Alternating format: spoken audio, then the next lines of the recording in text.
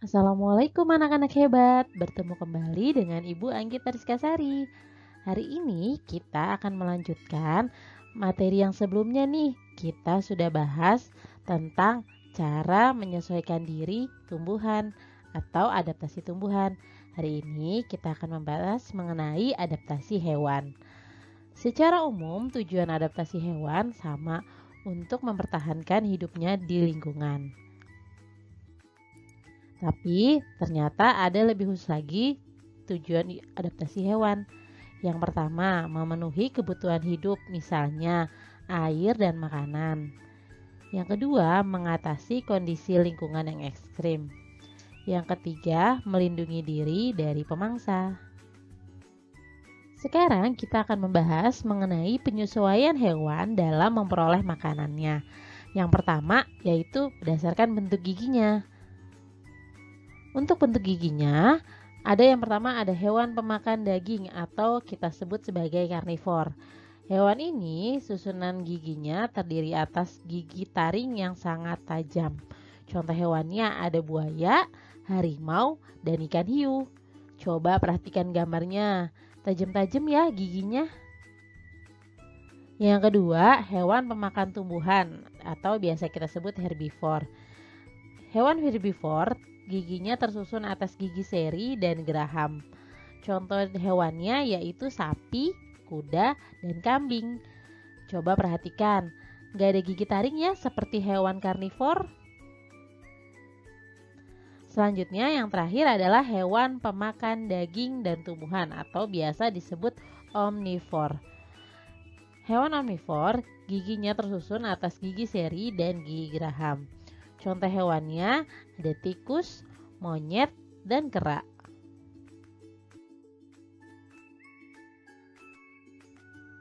Yang kedua, dari bentuk paruhnya. Bentuk paruhnya di sini ada bentuk paruh pemakan daging. Cirinya, paruhnya tajam, kuat, runcing, dan agak membengkok untuk mengoyak dagingnya. Contoh hewannya adalah burung elang dan burung hantu. Yang kedua, pemakan ikan. Cirinya, paruhnya panjang dan berkantong besar pada bagian bawahnya. Contohnya adalah burung pelikan dan bangau. Yang ketiga, pemakan biji-bijian.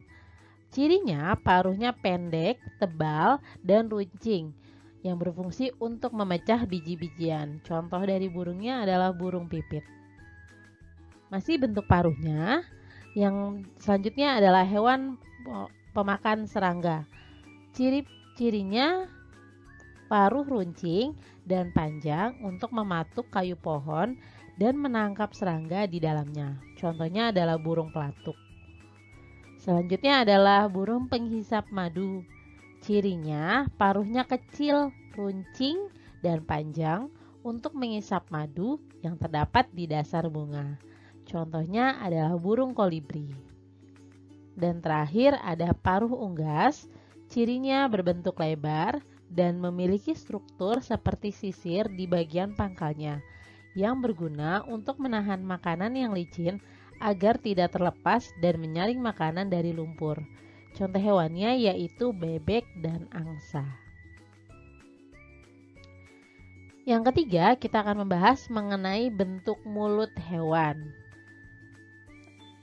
Ada mulut penghisap, biasanya ditemukan di kupu-kupu karena dia menghisap nektar yang ada di bunga. Yang kedua, mulut penusuk dan penghisap, ada di nyamuk. Yang ketiga, mulut penjilat, ada di lalat. Dan terakhir, mulut penggigit, ada pada belalang. Selanjutnya, yang kita bahas mengenai bentuk kaki. Contohnya ada kaki petengger, cirinya jari kaki panjang dan datar yang membantu burung untuk bertengger di ranting. Contoh hewannya adalah kakatua dan nuri. Yang kedua, kaki perenang. Cirinya memiliki selaput pada kaki yang berenang yang berguna untuk berenang dan berjalan di lumpur. Contoh hewannya adalah bebek dan angsa. Yang ketiga, kaki pengais. Cirinya memiliki 3 jari menghadap ke depan dan 1 tumbuh ke belakang. Fungsinya untuk mengais tanah dan mencari makan. Contoh dari hewannya adalah ayam dan kalkun. Selanjutnya ada kaki pemanjat. Cirinya terdiri atas 4 jari dengan fungsi untuk memudahkan saat memanjat. Contohnya adalah burung pelatuk. Dan yang terakhir adalah kaki pencengkram. Cirinya kakinya pendek, kukunya melengkung tajam, dan cakar kuat untuk mencengkram mangsa. Hewannya yaitu elang dan burung hantu.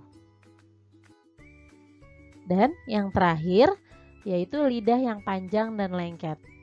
Lidah yang panjang dan lengket berfungsi untuk menangkap mangsa berupa serangga. Contoh hewannya adalah cicak, bunglon, dan landak semut. Wah, terlihat ya dari gambarnya lidahnya panjang dan lengket sehingga mudah untuk menangkap serangga. Oke, sekarang kita masuk ke adaptasi yang kedua, yaitu adaptasi hewan terhadap kondisi ekstrim. Yang pertama yaitu kondisi penyesuaian di kutub. Kutub adalah daerah yang memiliki suhu sangat dingin.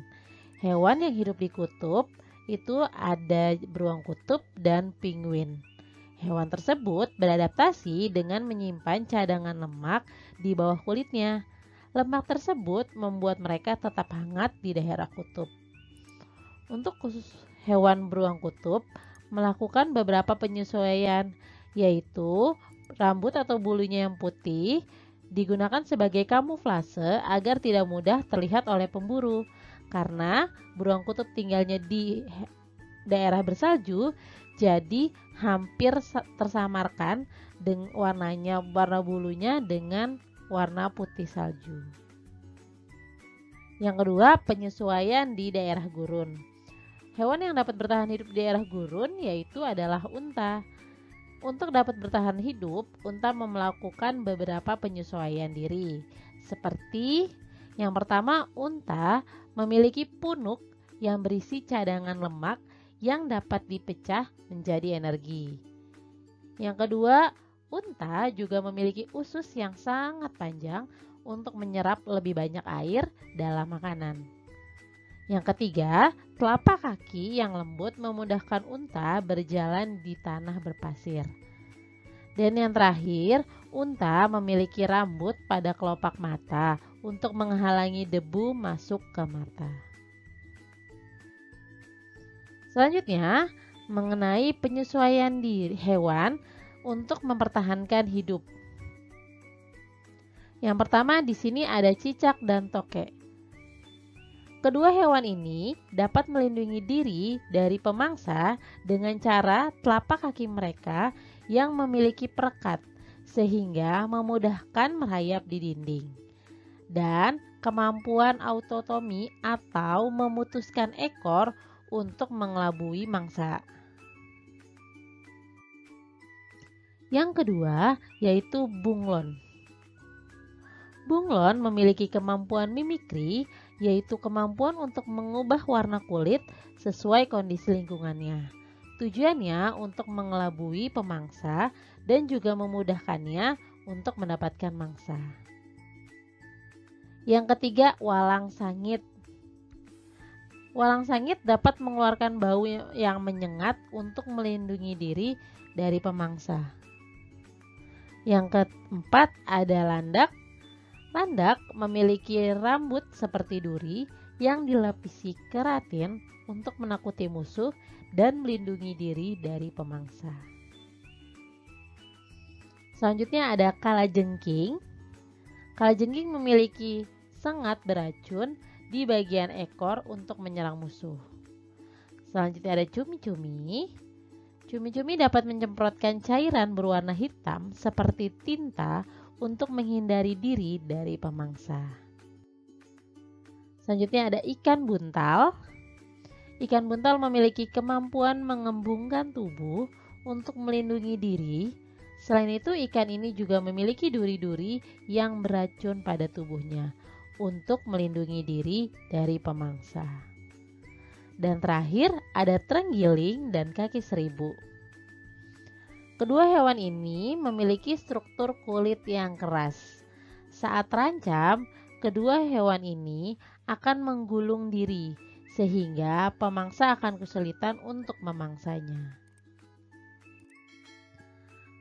Sekian penjelasan dari Bu Anggit mengenai adaptasi hewan.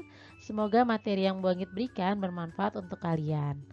Kurang lebihnya mohon maaf. Wassalamualaikum warahmatullahi wabarakatuh.